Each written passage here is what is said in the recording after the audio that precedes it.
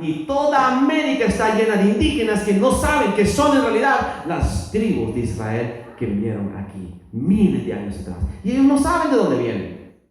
Y no saben por qué hay pirámides y estructuras complicadas en Copán. ¿Por qué crees? Porque son las mismas personas que construyeron las egipcias, las pirámides en Egipto, y en Perú, y en México, y en toda América. Vas a ver que aunque el dialecto cambia, siempre es parecido. Es un gran misterio. Y en la ciencia hoy quiere esconderte ese misterio. No quiere que tú sepas quién es las tribus de Israel. Ahorita en Israel solo están los judíos, los supuestamente judíos.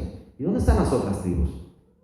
¿Dónde está Benjamín? ¿Dónde está la tribu de Asher? ¿Dónde están las demás tribus? Juan 18:3. Mira esto. Juan 18:3. ¿Quieres ver la evidencia de que Jesús es el yo soy? Aquí está la más poderosa. Juan 18, versículo 3 dice: Judas, pues, tomando una compañía de soldados y alguaciles de los principales sacerdotes y de los fariseos, fue ahí con linternas y antorchas y con armas. Pero Jesús, sabiendo todas las cosas que le habían de sobrevenir, se adelantó y les dijo: ¿A quién buscáis? Le respondieron: a Jesús Nazareno.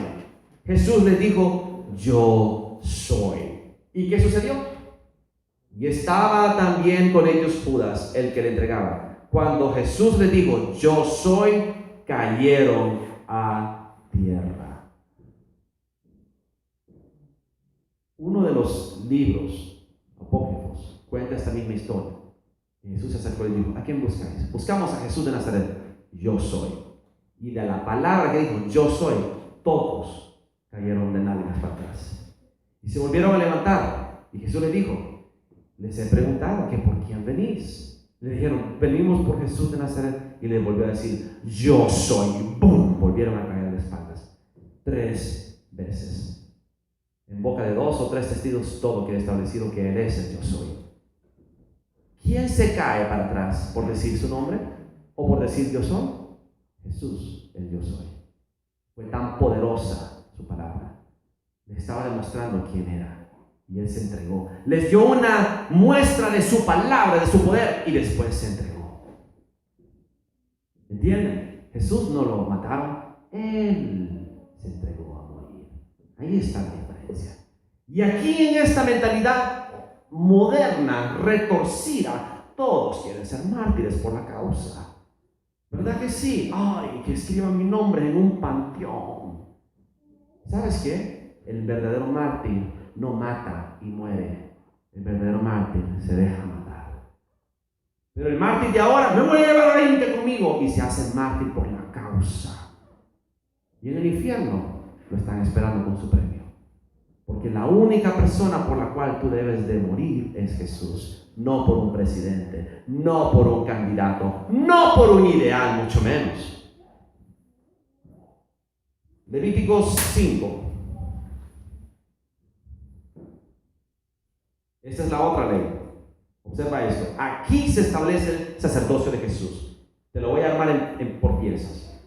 Si alguno pecare, versículo 1, por haber sido llamado a testificar, y fuere testigo que vio o que supo y no lo declarare, él llevará su pecado. O sea, que si tú eres testigo y te llaman a declarar en un juzgado bajo juramento, que tú testifiques o atestigues lo que vistes y tú te quedas callado o no testificas la verdad, tú llevas la condena del pecado. Por ejemplo, si alguien robó, se metió a una casa y alguien vio y no dice nada, pero se dan cuenta: él lo vio, tráiganlo, y lo llevan a la corte. Te conjuro que tú declares quién fue. Y si él se queda callado, entonces adjudíquenle a él el robo, córtenle las manos. Entonces no quieres pagar pecado ajeno, ¿verdad? Es mejor que confieses. Ese conjuro es importantísimo que lo sepas, porque lo vas a ver más tarde. Ahora vente conmigo a Mateo 26, 59. No, pero antes, vámonos a Levítico 10. Levítico 10, aquí está el otro. Y todo empieza aquí. en el sacerdocio arónico. Nadab y Abiú, hijos de Aarón, tomaron cada uno su incensario y pusieron en ellos fuego, sobre el cual pusieron incienso y ofrecieron delante del Señor fuego extraño que él nunca les mandó. Entonces no era de justicia, era de impiedad, porque todo lo que no proviene de fe es pecado, dice la palabra en Romanos 14:23. Así que si Dios no les dijo que lo hicieran, ¿por qué lo hicieron? Es pecado, no es justicia, es injusticia, es rebelión. Y salió fuego de delante del Señor y los quemó, y murieron delante del Señor.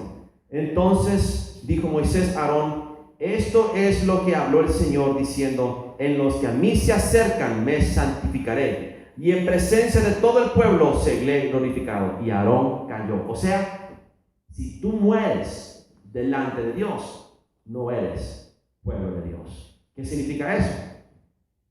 En el Antiguo Testamento, Moisés tuvo miedo de ver el rostro de Dios, porque sabía que podía morir. Nadie puede ver a Dios y vivir, dice la palabra.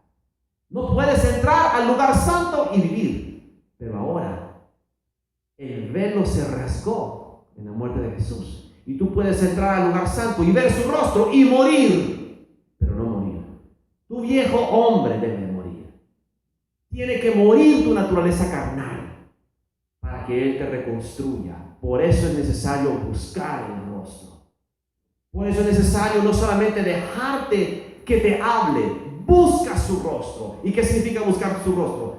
Postrarte hasta que Él se te manifieste. Y entonces, de tanto postrarte, tú mueres. Y entonces Él se te presenta. Porque si tú entras a la presencia de Dios, todo lo que es carne y terrenal se quema. Solo queda lo espiritual. Y es necesario que muera todo lo que tú eres.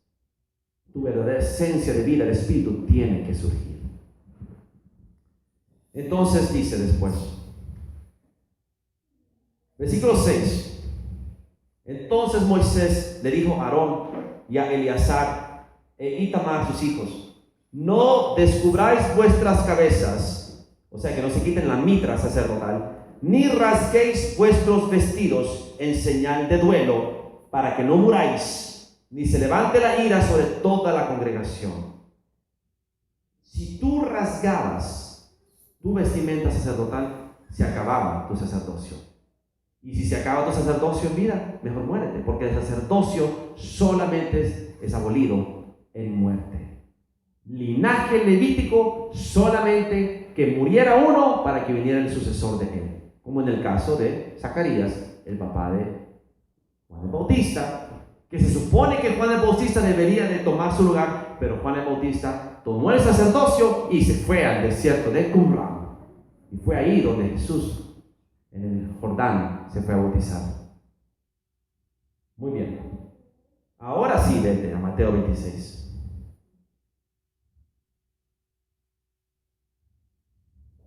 Versículo 59.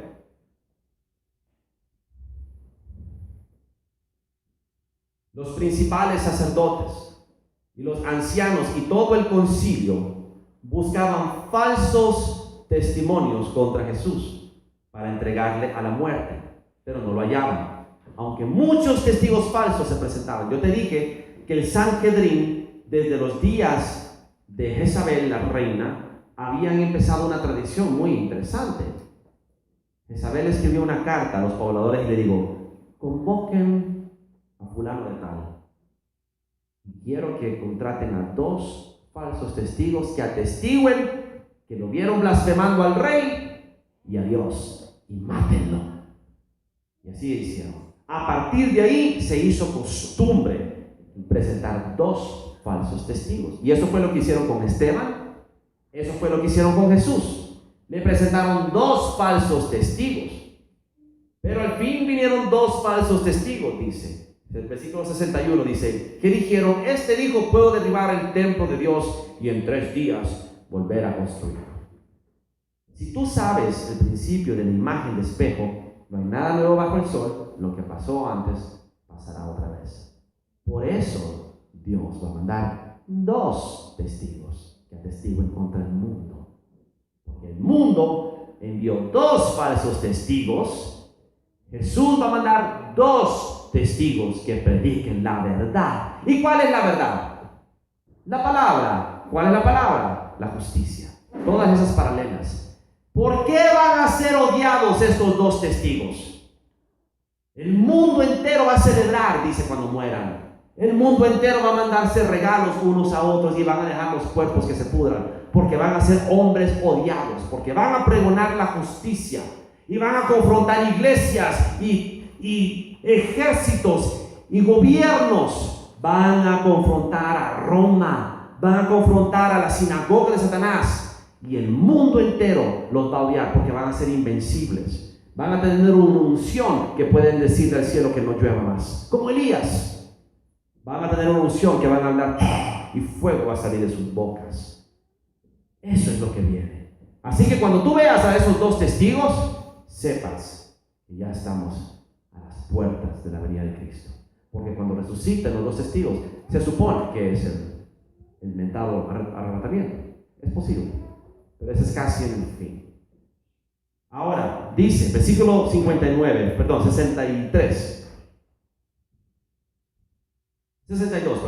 y levantándose el sumo sacerdote le dijo: ¿no respondes nada? ¿Qué testifican estos contra ti? Mas Jesús callaba.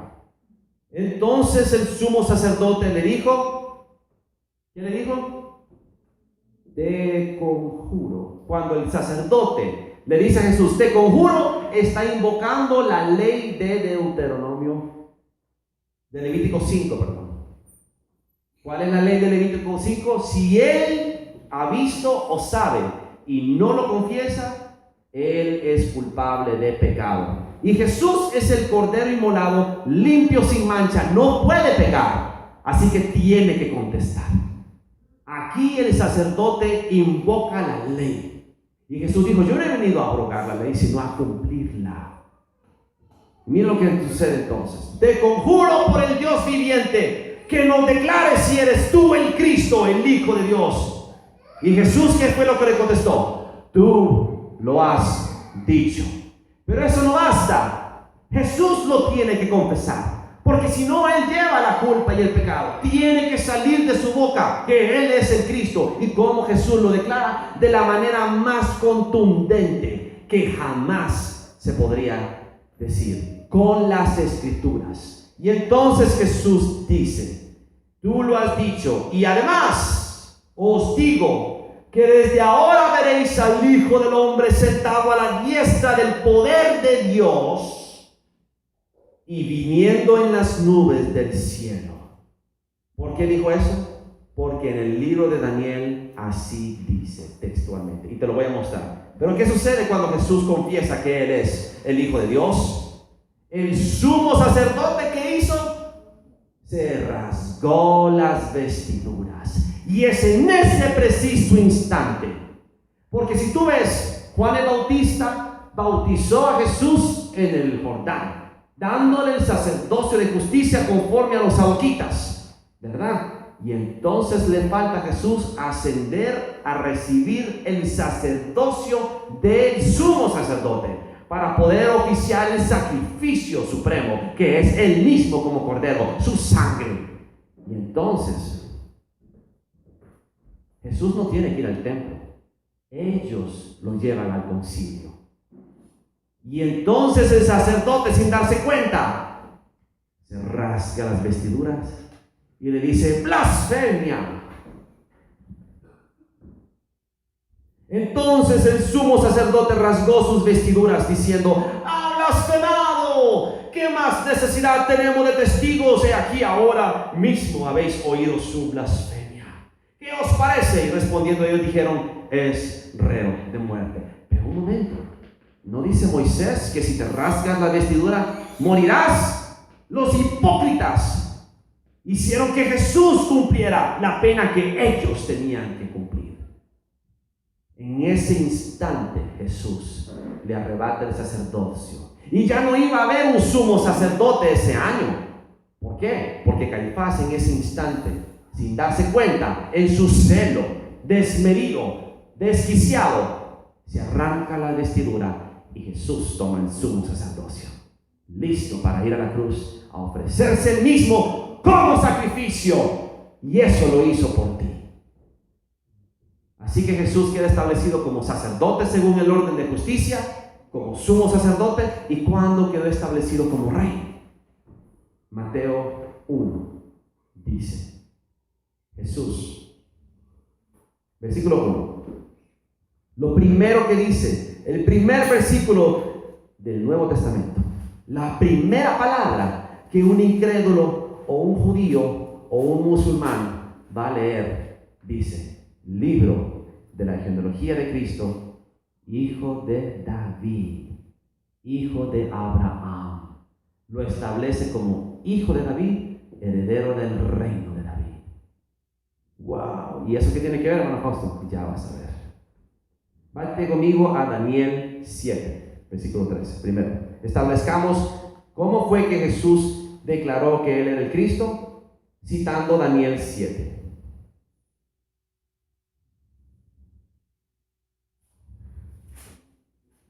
En el Daniel 7, Jesús cita, versículo 13.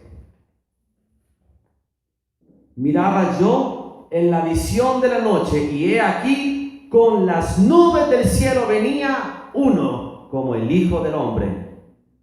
Ese es Jesús. Está hablando de la venida de Cristo. Entonces Jesús dijo, no solamente soy soy aquel que va a venir. El que va a venir en gloria y en poder, el mero mero. Porque Jesús tuvo dos visitas. La primera fue esa, como hombre, pero falta que venga de vuelta como Dios. Te dije que era dos. Por eso nos fuimos a Efesios 2. Vamos a ver si tenemos tiempo, volvemos a Efesios 2. Muy bien. Ahora vete conmigo a vete conmigo a Juan 19. Juan 19, 23.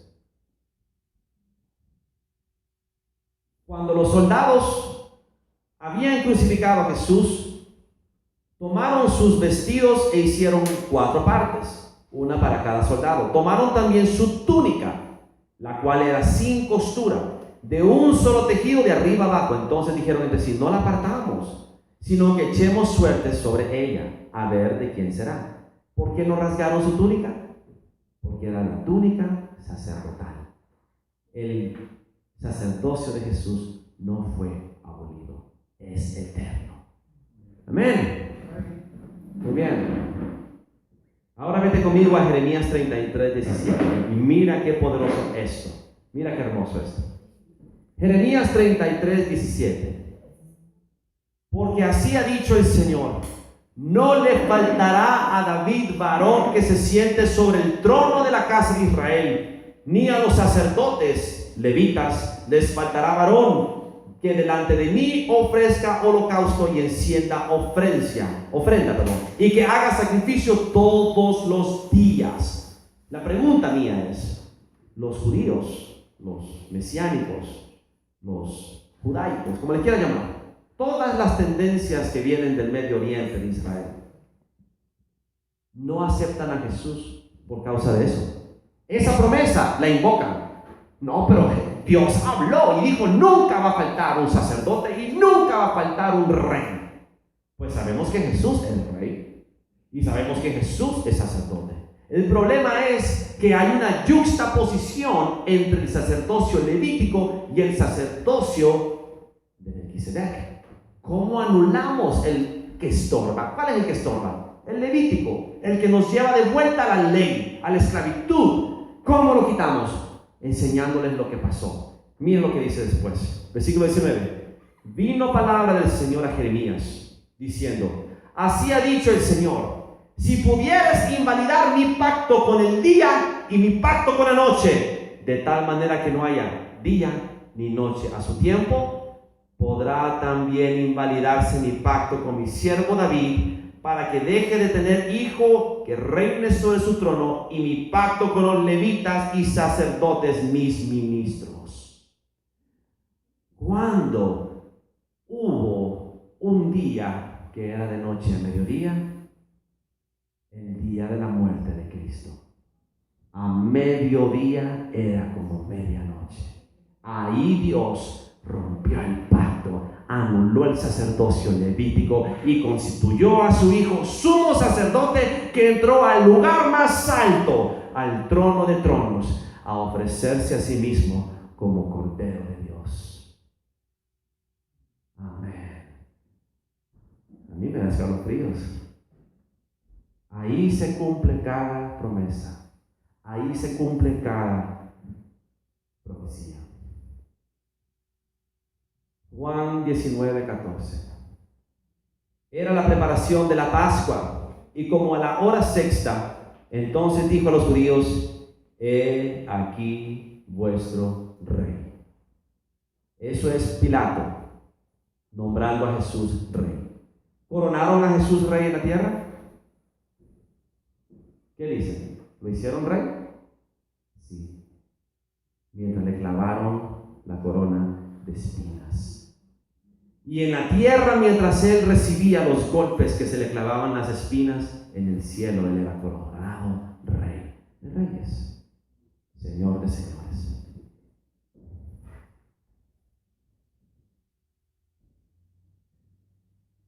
Ahora quiero que vayas conmigo a Éxodo 12:46. Esto es lo último. Cuando se establece la cena de la Pascua, se comerá en una casa el cordero, y no llevarás de aquella carne fuera de la casa, ni quebraréis sus huesos. Toda la congregación de Israel lo hará. No se deben romper los huesos del cordero de sacrificio. ¿Y quién es el hueso? ¿Quién es el cordero de sacrificio? Jesús. No se deben romper los huesos del cuerpo de Cristo, porque el hueso es la estructura básica del cuerpo. Juan 19:32. Vinieron pues los soldados y quebraron las piernas al primer y después al otro que había sido crucificado con Jesús. Mas cuando llegaron a él, como le vieron ya muerto, no le quebraron las piernas. Pero uno de los soldados le abrió el costado con una lanza, y al instante salió sangre y agua. Y el que lo vio da testimonio, y su testimonio es verdadero. Él sabe que dice verdad, para que vosotros también creáis, porque estas cosas sucedieron para que se cumpliese la escritura: no será quebrado hueso suyo. Eso está en Isaías. Y también otra escritura que dice: mirarán al que traspasaron. Eso está en Daniel. Era profetizado, era decretado: no romperán los huesos del cordero. Pero sin embargo los cristianos de ahora lo están haciendo. ¿Cómo se rompen los huesos del cordero? Cuando mutilas el cuerpo de Cristo, trayendo división y contienda. Cuando tú haces diferencia entre una iglesia y la otra, cuando la verdadera iglesia es un pueblo adquirido con la sangre de Cristo. Y las religiones son pequeñas trampas que los capturan. Pero más allá de las trampas, el verdadero cristiano, el verdadero pueblo de Dios, es la persona que viene a Cristo y que recibe el Espíritu Santo. No importa si es mormón, católico, testigo de Jehová. Si recibe a Cristo, es porque nació de Cristo. Nadie puede aceptar a Cristo, dice Juan, al menos que haya nacido de Cristo, para creer en Cristo. Todo aquel que cree en Cristo Jesús es nacido de Cristo Jesús. Así que no te preocupes porque son católicos a la vuelta de la esquina. Mira más allá de la carne. Mira al hermano. Mira a la oveja de Cristo. Ámala, sírvela, muéstrale la justicia, porque la justicia es el mensaje que unifica al cuerpo de Cristo. Y la religión y las doctrinas lo dividen y lo rompen en mil pedazos. No partirás los huesos del cordero. Eso es abominación a Dios, y todos los cristianos les encanta hacerlo. ¿Sí o no? Admitámoslo y cambiemos. Confesemos que somos así y dejemos de serlo. Filipenses 3:2. Para terminar: guardaos de los perros. Ya te dije que perros es código de Edomita, los hijos de Esaú, los descendientes de Amalek, los romanos, los griegos, los que hoy en día son los que gobiernan el mundo. Guardaos de los malos obreros, guardaos de los mutiladores del cuerpo. Se refería a los malos obreros del cuerpo de Cristo que no les gusta hacer la justicia y a los que les gusta dividir. Parte de la justicia está en que tú no dividas. Y como te lo dije, el verdadero cuerpo de Cristo es el que pone el cuerpo antes que el miembro. Pero el que pone el miembro antes no es el cuerpo de Cristo. Es el cuerpo muerto donde se reunirán las águilas. Salmo 22, 16. Porque perros me han rodeado. Me ha cercado cuadrilla de malignos. Perforaron mis manos y mis pies. Está profetizando Jesús que los edomitas, los romanos, lo iban a matar. Y por eso los discípulos de Jesús, cuando Él está a punto de ascender, en Hechos, le dicen: Señor, ¿restaurarás el reino a Israel en este tiempo? Porque en ese tiempo reinaba Roma. Y ellos sabían que en el reino de los perros, Él gobernaría para siempre. ¿Y quién gobierna ahora? Los perros, los romanos, los edomitas, los amalecitas, el pueblo enemigo de Dios. Y volvemos a lo mismo. Volvemos a explicarte, así como en el principio y en el final. Así como en Génesis hubo una revuelta de 5 reyes contra 4, las naciones contra el sacerdocio, al final así será también. Las naciones se vendrán contra el sacerdocio de justicia, porque no quieren que se establezca el reino de justicia, del rey de justicia, Jesús, que vendrá. Muy bien. Todo desde el principio hasta el final. ¿Aprendiste bien? Es el mejor sacerdocio, es el más poderoso y el más maravilloso de todos. Es el verdadero sacerdocio. Cúmplelo, escudriñalo, apréndelo y practícalo. Que sean bendecidos, hermanos, en el nombre de Jesús. Gracias.